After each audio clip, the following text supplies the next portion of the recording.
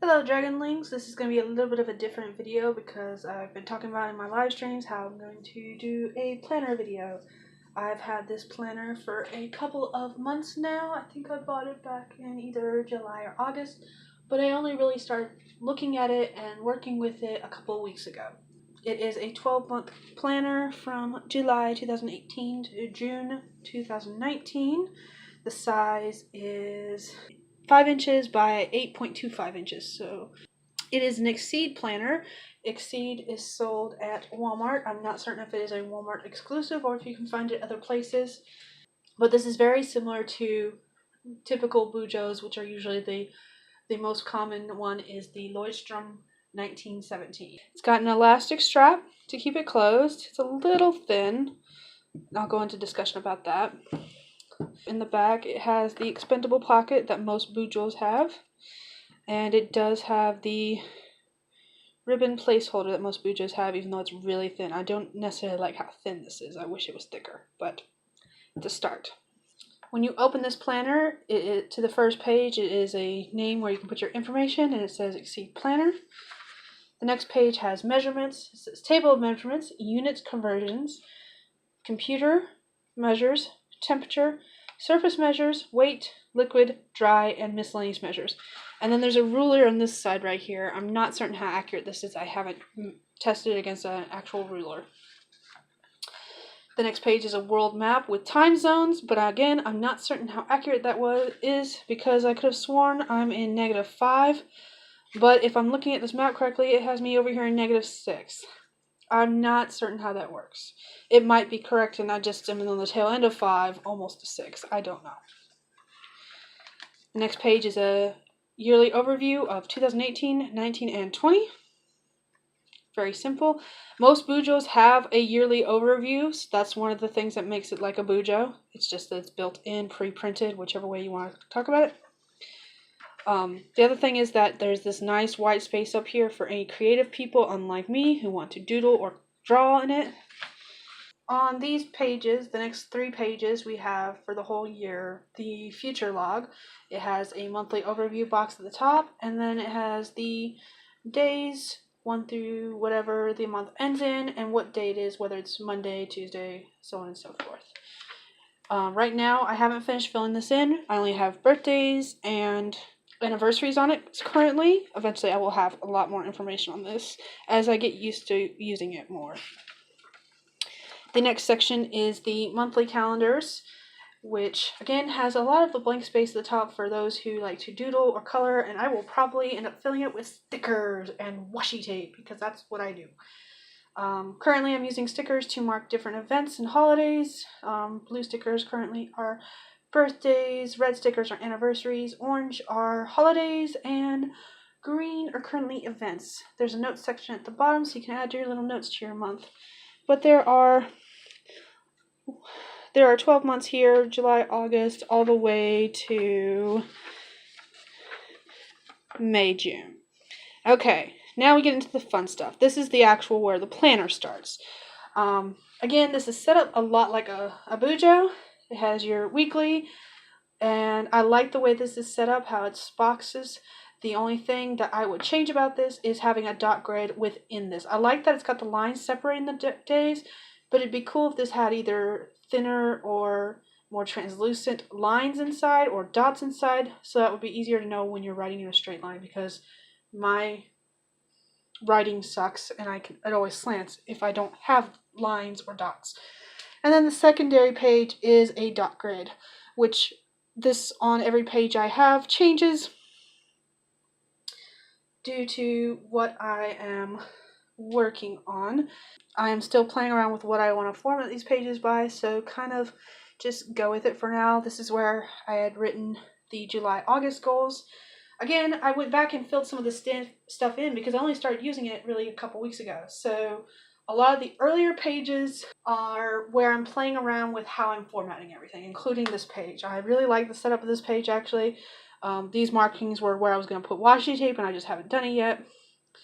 But down here is the list of projects I worked on, and then for the month of July, and this was my word count, for whatever week this is. I did not put June's on here because I was recording June as a different way and had it in a different location, but I did record Sunday, July 1st on this page. And you can see which goals I completed, which ones I didn't, and 14 out of 21 or 70%. Okay, and then the next page just has the July word counts for this week, and this was empty because I'm a boring person, I don't ever do anything. And it kind of just goes on where I fill stuff in, more word counts. My husband and I get paid opposite weeks, so each day after this is going to have payday amounts, and I write down on a piece of washi tape, green for him, blue for me, because those are our favorite colors, sort of. Mine is actually gray, but I don't have any gray washi tape, so blue it is. So, but yeah, I alternate the colors of the washi tape to signify our paydays. This is the new format, and this is probably what I'm going to go with for the most part. In fact, actually, I just wrote this in here the other day to play around with this. What this has is, so this is July 30th through August 5th. And what I've got here is July word counts and the word counts for those 2 July days. It says July projects. This is what I worked on and the total word count for each of those projects. Then it's August word counts and the word counts for those projects that I was working on. I will probably continue to do this, but I will put washi tape to separate each of the sections so I don't get them confused with each other. But I do like the way this is formatted, so I'm going to keep this. This will be forevermore. If you've watched the live stream where Virginia, Amy, and I talk about our goals, our bi-monthly goals, you will know that we were talking about something called Achievement Unlocked. And so I started filling in the stuff for Achievement Unlocked in my book already. Of course, I got some stickers, some Star Wars stickers but I wrote down some of my Achievement Unlocked stuff. This is where you can see some more sticker use. I got my washi tape, of course, but birthdays and anniversaries, I used the hearts for the anniversary, and my sister's favorite flower is a tiger lily, so even though that's not a tiger lily, it's an orange rose, that's all I had for stickers, so that's what I used this time. This is where I really started filling it out. This is this past week, I believe. I got some book stickers that I'm playing around with. Of course, another achievement unlocked as I completed my final edit before I sent it to my editor of Hunter's Betrayal. I have my September, October goals, which I've already started completing stuff in. Of course, there's washi tape, and one of my favorite washi tapes says Hope, Dream, Imagine, Believe. So I added that to the bottom. And then the word counts on the side. This was when I first officially started using this planner. And that's why it has so much more stuff on it, because this is when I actually started using it, was this week. Everything else before this has been filled in. I was playing around with the setup. I don't hate this, but I don't love it either. I feel like there's a lot of wasted space in this week. I like the way I have it formatted that I wrote in only like yesterday. Better than this. And I did this one first. I know, because I'm weird. And then we come to the week we're on now. And you can see what I'm doing for my weekly word counts. And I'll put up if I finish anything or the end of the month. If this was the end of the month, I would put the washi tape to separate the projects I worked on and then the new month up below that. I don't really track anything other than my writing, so that's what I will use this page for. But I can see where other people would use it for like appointment times and dates and stuff like that. Little notes to themselves, whatever you want to use this for, you can. It's dot grid. You can draw, you can doodle. It could be a pretty picture. Some of the earlier blank pages, I was originally going to cut out some images I have from coloring books, paste them in and that fun stuff, and I still may do that since I don't like a lot of what I wrote in those pages, but yeah, it's a start. Okay, so the rest of the planner is this way until you get to the end. Goes until the 30th of June. Then it's got a blank page, and of course the pocket that I showed you at the beginning where I keep all my stickers in here, but they're currently out because I was playing around with them. So that is the planner, and you can see how thick it is. This is actually my biggest pet peeve right here. So this is the planner, and this is a lined hardcover notebook made by the same company, and there is a big difference in those thicknesses. In my opinion, what they could have done with the planner that would have made it so much better and so much more likable for actual Bujo people, which I am not, is if they had made it the same thickness as this. If they made the planner the same thickness as the regular journals that they have, and those extra pages could be either dot grid or lined. For the user to use for whatever they want. Like, a lot of people in their bujos track their habits, a lot of people track their exercise routines, and some extra pages in here would have made that perfect. That is really the only problem I have with the planner, is that right there, because that bothers me. These two are made by the same company. They look exactly the same except for color. They both have the elastic band. This one is lined. I have another one that's dotted. If I was a more creative person, the fact that there wasn't a bunch of extra pages in the planner would have upset me more.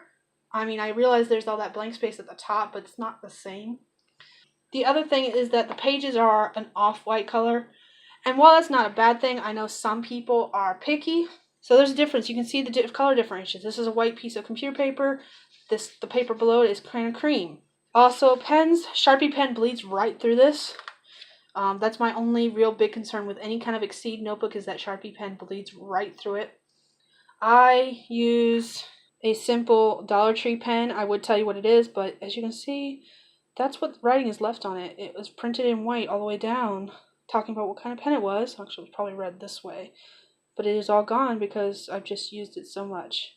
But I really like the way these pens write. Look at how pretty it is, and I have ugly handwriting. That is my planner. And as far as the stickers go, I have my smiley faces. These are new stickers. They say yay, nice, wow, and yes. I'm a huge Star Wars fan, so right now, from Achievement Unlocked, I'm using Star Wars stickers. I have at least 2 sheets of every sticker I have. And then I have my tea party set, which is where I got the roses and the hearts from. My foxes, which I usually use for envelopes to seal them. Then I've got some more Halloween stickers, some monsters. And then here's the book stickers I made. And here's some ones that I need to make still. If you guys would like, I can make a video talking about how I make these. Just let me know in the comments down below. Those are all my stickers. And then of course I got my... If you want to be my pen pal, let me know below too.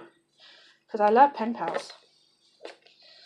So yeah, that is my planner and all my stickers that I use in my planner, except for the stamps, of course. Let me go ahead and put all this. They all fit in this pocket. Or they all should fit in this pocket.